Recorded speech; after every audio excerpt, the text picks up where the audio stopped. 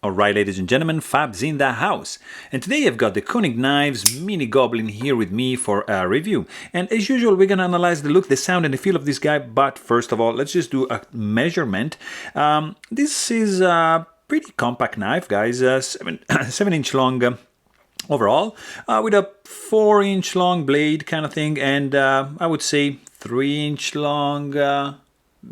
4-inch long handle and 3-inch longish blade.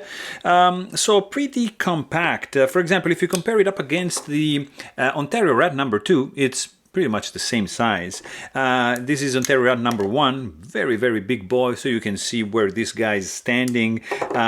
Also, like for example, up against the Spyderco Para 3. Pretty similar size overall, but handle to blade ratio is much more in favor of the Mini Goblin. This is the Spyderco Paramilitary 2, big boy, so you can see that the Mini Goblin is, yeah, it's not that big. This is the bigger brother of the Mini Goblin. This is the Arius, also from Koenig, style 55, and here you have it up against another Arius. This is Sprint Run, the blue carbon fiber right over here. As you can see, very, very different designs, but same company. Let's do it up against Chris Reeve Knives. This is the large Sebenza 21, and we have another like medium-sized knife. This is the North Arm Knives Skaha 2. Beautiful, beautiful blade made in BC, Canada. And this is the FIF 20 from Custom Knife Factory.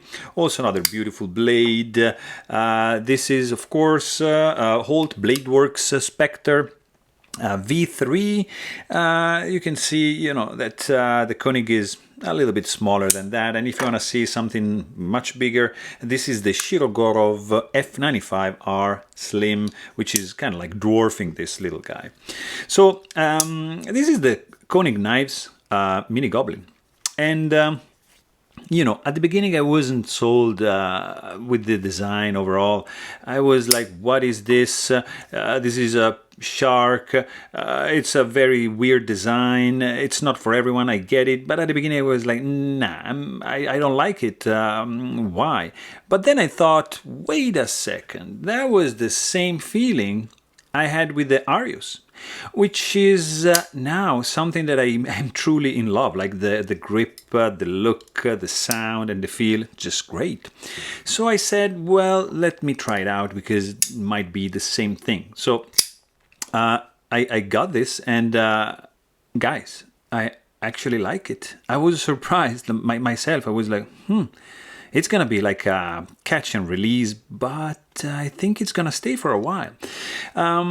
So this is a titanium frame lock, DLC coated. It has nice titanium slabs which are milled out internally in a really, really nice way to save weight. You have this pointy but very unobtrusive flipper tab with some jimping going on over here, which is absolutely functional, guys. You can do like a push button and it's gonna flip like a boss, or you can do just a light switch and it's gonna be even faster. Incredible. There's some inner chamfering going on the inside, as you can see, very, very nicely done. You have some milling going on over here, jimping, and a little bit over here. It's not really like functional, mostly aesthetical, but this is absolutely functional. Of course, you've got some jimping in the flipper tab and in the lock release bar over here, which is actually really nice to access and to take care of the disengagement. You also have an externally screwed in lock face insert, stainless steel, in order to reduce lock stick. Beautifully designed, with an integrated overextend lock bar stabilizer. So you cannot overextend, sorry, the lock bar. Very, very nice indeed. Also of course, this is very, very simple to take down, as you can imagine. You have 3 screws for the handle. You have 1 pivot screws, which is keyed in and absolutely flush with the handle. Beautiful, beautiful job. So underneath this guy, there's like a kind of like a D-shaped scalloped area, which is keeping this side of the pivot in place. So you just need 1 T8 Torx bit screwdriver to disassemble this guy from this side. This pivot is a little bit protruding, not too much, but it's there. The hardware is nicely bronze anodized to match the bronze anodized titanium 3D milled pocket clip. Really, really cool combo. I think it gives a nice, elegant contrast with the DLC coated handle and blade, which I really like. I thought it's elegant and it gives that richness overall kind of look. So I like that. Also, you have the clip, of course, is tip-up carry only. It's not deep carry, but and of course you cannot reverse it, but it has a nice spring tension, not so much of a clip ramp. You see, it's not that high, but I like the design. Like, you see, it goes down like this and then like that. So you have a inner and outer clip ramp, which are gonna act beautifully in and out of the pocket. Really, really good choice. The blade also is 3-inch long, so it's gonna be pretty good as an EDC knife, because it's very compact overall. It's gonna sit pretty nicely in the pocket. So the blade is M390 steel, 3-inch long, DLC coated, and it has this Warncliffe kind of profile, which tapers down in 2 steps. This is arched and curved, and this is as a less, as a bigger radius for sure. And here you have a straight edge right up against the sharpening choil, which is going to reveal how thin behind the edge this guy is, which is pretty thin if you ask me. Look at this. Yeah, that's pretty good. Hollow grind is beautifully, beautifully done, I have to say. I was impressed by this blade. I liked I didn't like the shape at the beginning. It was like too pointy, too straight, and everything. But then I started to look at it and I said, actually, you feel this, how thin behind the edge this guy is. He's going to be a super good slicer. Really, really good. I also love how the plunge grind reaches halfway through this sharpening choil, which you can use actually as a finger choil if you just use like the tip of your finger, not like the whole finger, because this is sharpened up to the end, but you can use it actually like this and take advantage of the jimping going on right over here to gain some extra precision in your work. Straight edge up to here. You have some nice chamfering going on around the flipper tab. Nicely done. Also, something that I actually appreciate is the logo. I mean, the writing of Koenig, the brand, is engraved, and also the shark on the back and the M390 steel marking, they're engraved. So they're not really obstructing or ruining the design. So I appreciate that a lot. Also, what I like is the, look at this. Okay, so here clearly you see the structure, the inner structure of the knife, which is a single stop pin, which is gonna stop in the open position and in the closed position like this, you see? It's very, very clever, and this shape is nicely done, and the lines overall are gonna make sense. You see, like this line totally makes sense, and when you close it, look at this. It's beautifully, beautifully designed, and if you look at it like that, you see it's like a kind of like a diamond shape like this, and almost a symmetric shape, like going down. I actually like it. So also, check out the 3D milled titanium bronze anodized and I think it's stone washed backspacer with this kind of cool milling going on. I mean, just would you look at that? Here is absolutely flush. It's a pleasure to pass your fingertip right over here because you feel these grooves a little bit, but it's absolutely the same level.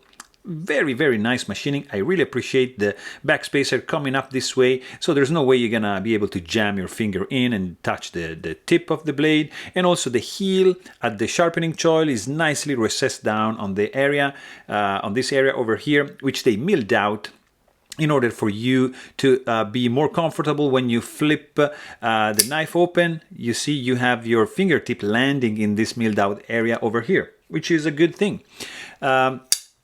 Also, what I actually liked was the sound, because it's a good sound. When you close it, it's nice.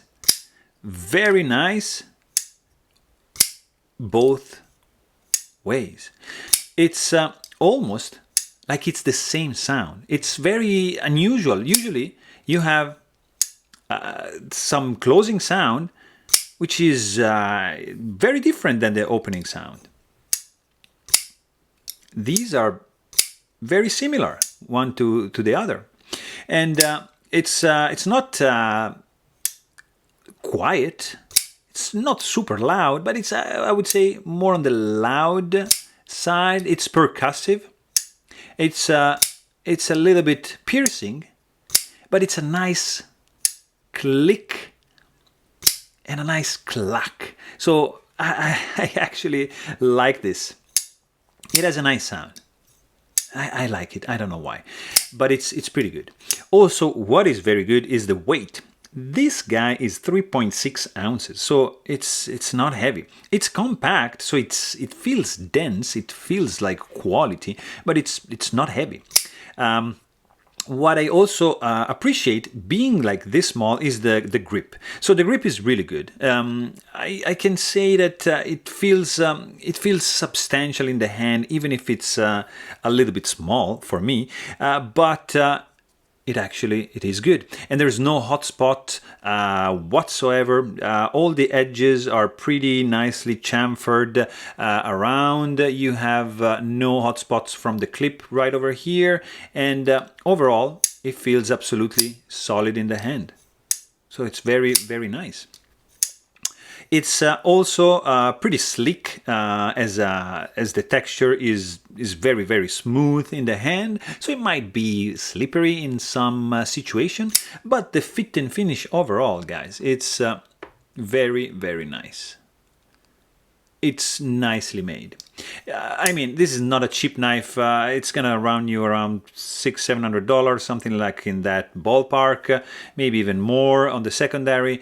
But it's a beautiful piece. It's unique. It has an acquired taste. I get it, but it's nice. I'm starting to like it more and more. Like, for example, check out this line over here. Like, this is you see, like a milled out area, like over here, to allow your thumb to slide and catch the jimping to release the lock bar. So it's a nice detail. Also, another detail that I like is this area over here. It tapers down, you see, like that. And it's very cool. And it's a little bit of a fingerprint magnet because of the finish, but you can see that there is a little bit of dome going on. It's not like absolutely flat. It's a little bit domed, and you can actually see it like from this profile tapering down. It's very, very nice. It's a subtle detail that I appreciate.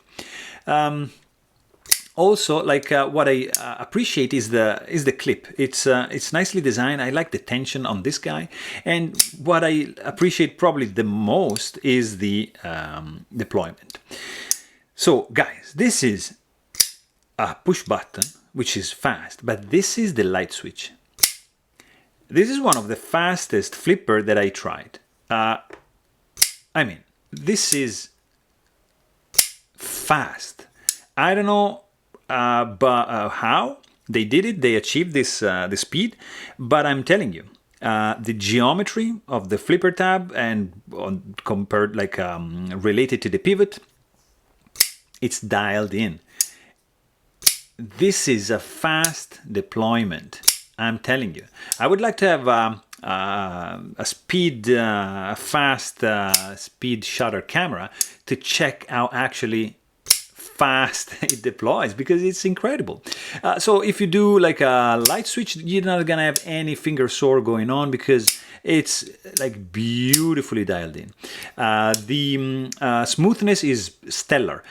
This guy is running on bearings, of course. Detent strength is on the medium side, and it's beautifully done.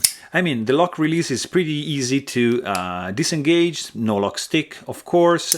Blade is absolutely centered. There's, I mean, it's very nicely done, guys. There's a nice detent ball ramp over here, so you don't have that hard step going on.